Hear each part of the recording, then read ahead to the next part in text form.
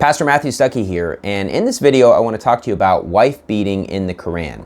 There's a pretty controversial verse in the Quran, Surah 4 verse 34, or chapter 4 verse 34, that tells husbands to beat their disobedient wives. So let me just read you this verse from the Sahih International, which is the most common translation of the Quran into English. It says here in 434, men are in charge of women by right of what Allah has given one over the other, and what they spend for maintenance from their wealth. So righteous women are devoutly obedient, guarding in the husband's absence what Allah would have them guard. But those wives from whom you fear arrogance, first advise them.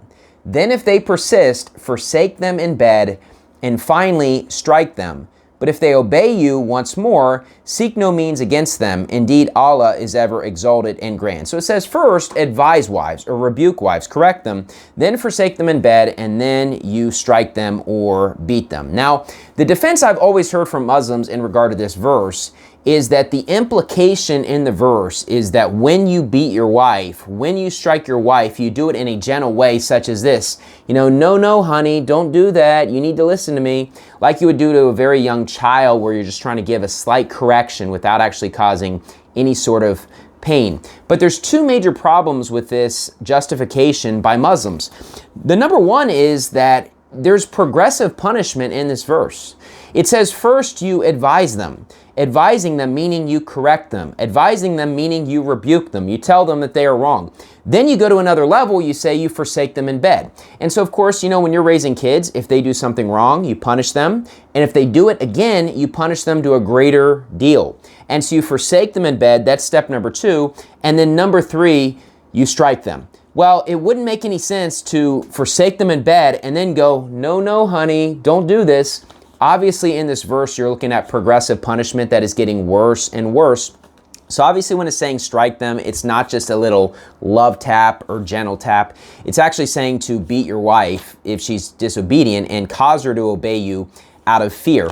Now, the other problem with this is the fact that when they say that the text implies gently, they're not saying that the Arabic language implies that when you beat your wife, you beat her in a gentle way. What they're saying is that culturally it was understood that when you beat your wife, you beat her in a gentle way. So basically, it could just read, hey, beat your wife, and everybody reading that would understand that, oh, when I beat my wife, it's saying, no, honey, don't do this. Now, some of the modern versions of the Quran into English, because if you just directly translate it from Arabic into English, it's just going to say to beat your wife, to strike your wife. And they started adding the word gently because obviously it's horrified English readers that have read this where it's like, whoa, beating your wife. And they're like, no, but the text implies gently. But if you speak to people that speak Arabic, they're going to tell you that in Arabic, it doesn't have an implication of gentle. They say that because of culturally. Well, what about if you were in a culture that viewed beating your wife as something that was not gentle? They would just read that and they would have justification for beating their spouse. But see, the Bible exists outside of culture. It doesn't matter what culture says.